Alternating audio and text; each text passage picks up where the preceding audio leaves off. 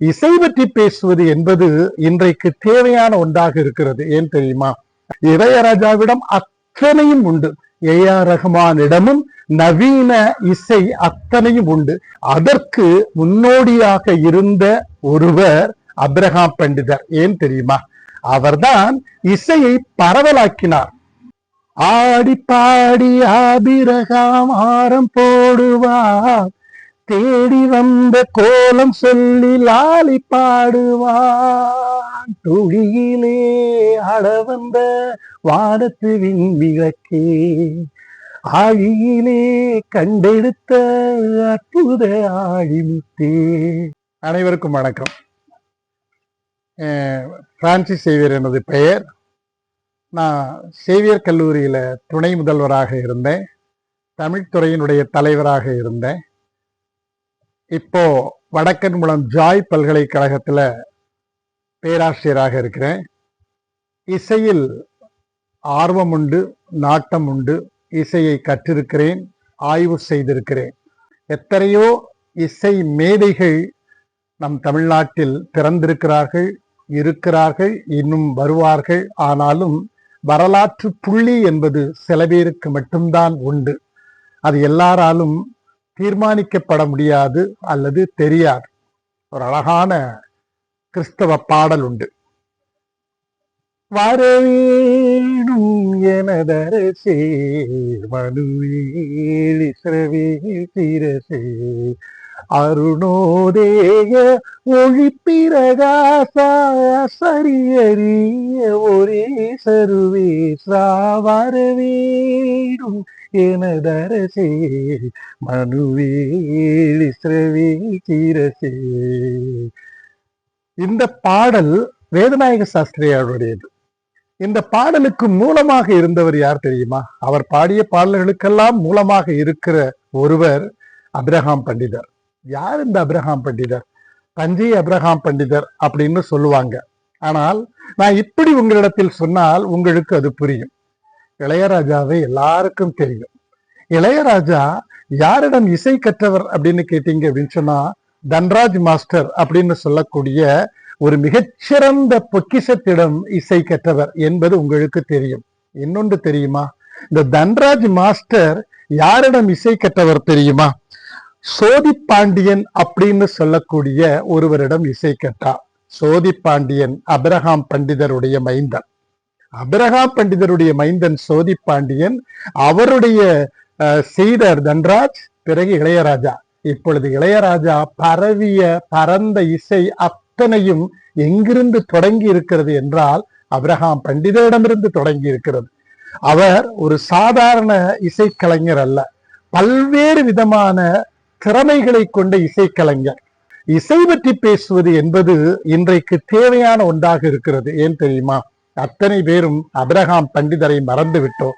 அதுவரையிலும் சுமார் 2000 ஆண்டுகளாக வந்த தமிழ் இசையில் ஒரு மிகப்பெரிய தொய்வு ஏற்பட்ட நிகழ்வுகள் உண்டு, நிலைமை உண்டு.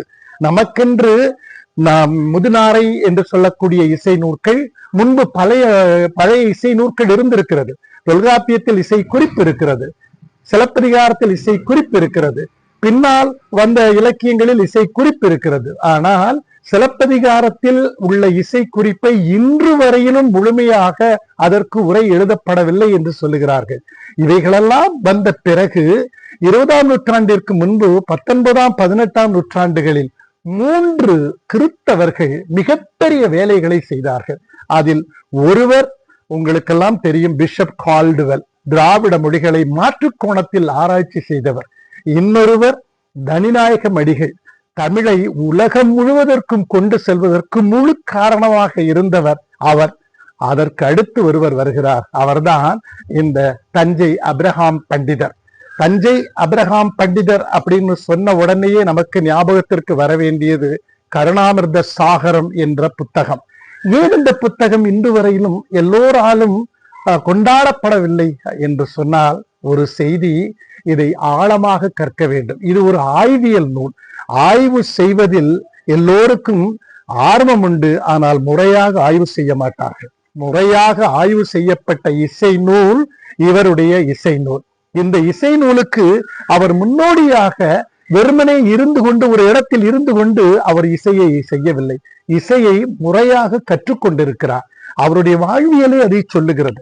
அவருடைய வாழ்க்கையில் 1919 தன்னுடைய முதல் மனைவி இறந்த பிறகு இரண்டாவது மனைவியான கோவில் பாக்கியம் என்றவரை திருமணம் செய்த பொழுது அவர்கள் கும்பகோணத்தை சார்ந்தவர்கள்.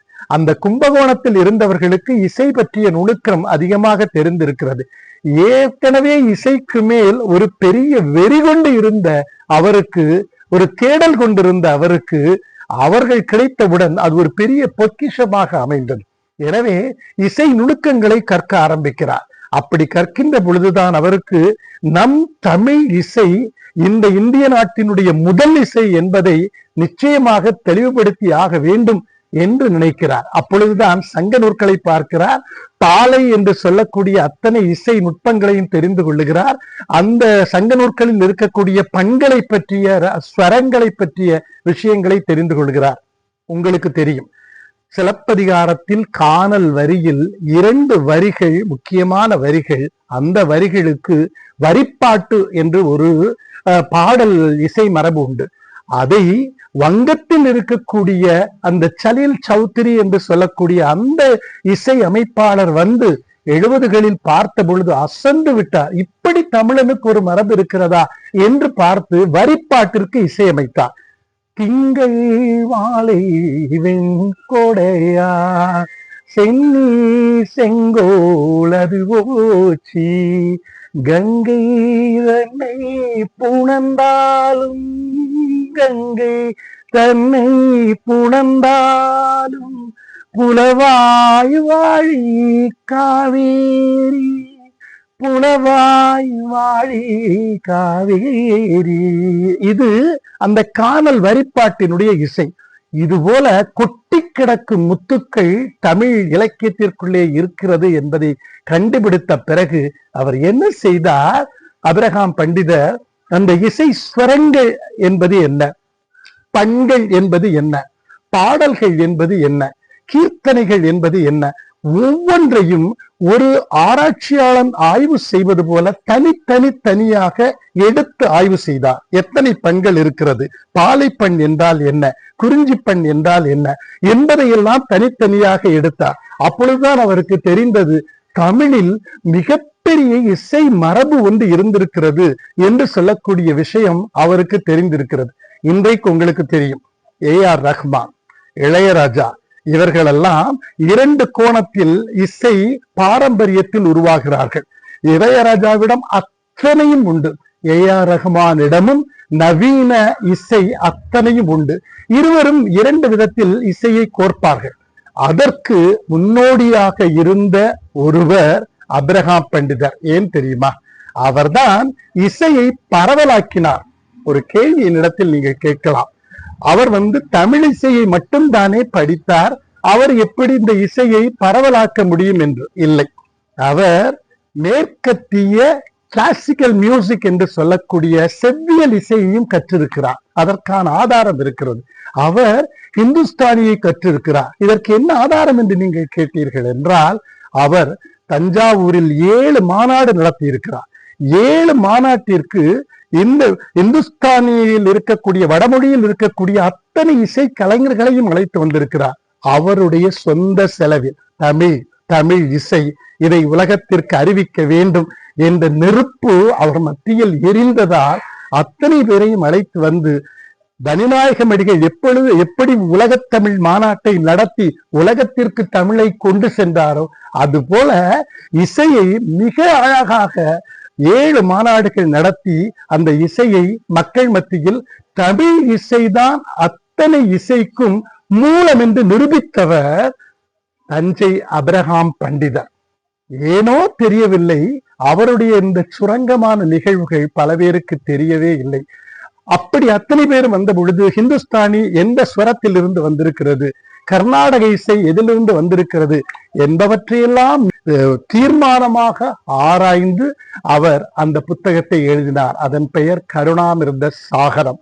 அன்பர்களே, தமிழ் படித்தவர்கள் அல்லது தமிழனாய் பிறந்தவன் ஒவ்வொருவரும் அந்த கருணாமிர்த சாகரத்தை தெரிந்து கொள்ள வேண்டும், பெயராவது தெரிந்து கொள்ள வேண்டும். எத்தனை சுரங்கங்கள் இருக்கிறது. இசை ஆர்வலர் மம்மூத் அவர்கள் தன்னுடைய புத்தகத்தில் எழுதுவார்கள், அப்ரஹாம் பண்டிதரை போல ஒருவரை நாம் பார்க்க முடியாது என்று. அவர் எத்தனை இசை மரபுகளை கொண்டு வந்திருக்கிறார் என்பதை பற்றி மம்மூத் அவர்கள் தன்னுடைய புத்தகத்தில் எழுதியிருக்கிறார்கள். ஒன்று கீர்த்தனை என்று சொல்லக்கூடியது. உங்களுக்கெல்லாம் தெரியும், கீர்த்தனை என்பது வடிவம் ஒரு முழுமை பெற்ற வடிவமாக இருக்கும். பல்லவி, அனுபல்லவி, சரணம் என்று முழுமையாக அமைந்திருக்கக்கூடிய ஒரு அமைப்பு முறைக்குள் இருக்கக்கூடியது நம்முடைய பாடல் முறை. இன்னொன்று லாலி. இந்த பாடல்கள் எல்லாம் இப்பொழுது நம்முடைய திரைப்படங்களிலும் நம்முடைய எல்லா அன்றாட வாழ்வியல் சூழல்களிலும் நாம் பயன்படுத்தி கொண்டே இருக்கிறோம்.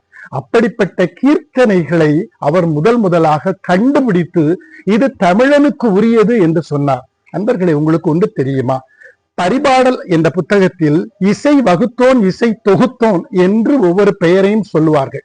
என்ன இசை, அந்த இசைக்குள் என்ன இருக்கிறது, எத்தனை இசை பொருத்தங்கள் இருக்கிறது, எத்தனை இசை குறிப்புகள் இருக்கிறது, யாருக்கும் தெரியாது. வெறுமனே பாடல் பொருளை மட்டும் சொல்லிக் கொண்டு சென்று விடுவார்கள். எவ்வளவு தவறான ஒன்று. தமிழனுக்கு மட்டும் அவனுடைய மூலங்கள் அத்தனையும் தெரிந்தான் என்றால் உலகத்தில் யாரும், அது பீத்தோவானாக இருந்தாலும் அல்லது அது வேலை நாட்டினுடைய எந்த கலைஞனாக இருந்தாலும், இந்த உலகம் முழுக்க பரவல் இசை தந்து கொண்டிருக்கக்கூடிய கிரேக்கத்தின் யானியாக இருந்தாலும் அவரை விட மிகச் சிறந்த கலைஞன் இந்த அப்ரஹாம் பண்டிதன் என்பதை என்னால் நிரூபிக்க முடியும். அப்படிப்பட்ட மிக பெரிய இசை கலைஞன் தன்னுடைய எல்லா இசை குறிப்புகளிலும் இந்த மரபை பற்றி சொல்லுகிறார். ஸ்வரம் என்பது என்ன, சுரம், கால் சுரம் என்பது என்ன, அரைச்சுரம் என்பது என்ன, தமிழில் எப்படி வந்திருக்கிறது, செம்பாலை என்று சொல்லக்கூடிய அந்த பண் எப்படி சங்கராபரணம் என்ற ராகமாக மாறியது, எப்படி தமிழினுடைய ஒவ்வொன்றும் ராகங்கள் இன்று வேறு ராகங்களாக உருவெடுத்திருக்கிறது, அப்படி என்றால் தமிழினுடைய மூலம் எங்கே இருக்கிறது என்பவற்றையெல்லாம் மிக அழகாக சொல்லி காட்டிய, தெளிவாக நிறுத்தி காட்டிய ஒருவர் அப்ரஹாம் பண்டிதர். அதுதான் அவருடைய நூலில் 3 பகுதியாக வெளிவந்தது. கருணாமிர்த சாகரம் 3 பகுதி.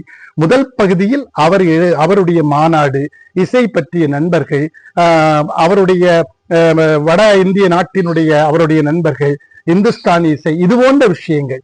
இரண்டாவது, அதுதான் முக்கியமானது, அந்த பகுதியில் தான் அவர் ஸ்வரம் என்பது, பண் என்பது, காற்றுரம் என்பது, இப்படிப்பட்ட இசை குறிப்புகளை எழுதி வைத்திருக்கிறார். தமிழில் இசை குறிப்புகள் அவர் ஒருவரும் தான் இந்த அளவிற்கு எழுதி வைத்திருப்பதாக நான் அறிகிறேன்.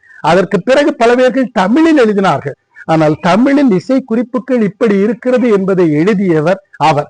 அதற்கு பிறகு 3வது ஒரு பகுதியை அவர் காலத்திற்கு பிறகு அவருடைய மகன் 1940 பதிப்பித்தார். அந்த பதிப்பிலும் அவருக்கு பிறகு என்ன கீர்த்தனைகள் அவர் எழுதினார், என்ன பாடல்களை எழுதினார் என்பதையெல்லாம் பற்றி எழுதிய புத்தகம்தான் அந்த கருணாமிர்த சாகரம் என்ற புத்தகம் அல்ல, தமிழனின் பொக்கிஷம். அப்படிப்பட்ட அந்த நூலை எழுதிய அப்ரஹாம் பண்டிதருடைய ஒரு சின்ன பாடல்களில் எப்படி அந்த பாடல்கள் பொதிந்து வந்திருக்கிறது அப்படின்னு சொல்லக்கூடியது நீங்க பாத்தீங்க அப்படின்னு சொன்னா, ஒரு சின்ன செய்தி. வேல்வாயில் மாண்டுயிர்த்த மெய் கண்ட பாலா, ஆலம் உண்டு முதலித்த ஆபிரகாம் தேவா.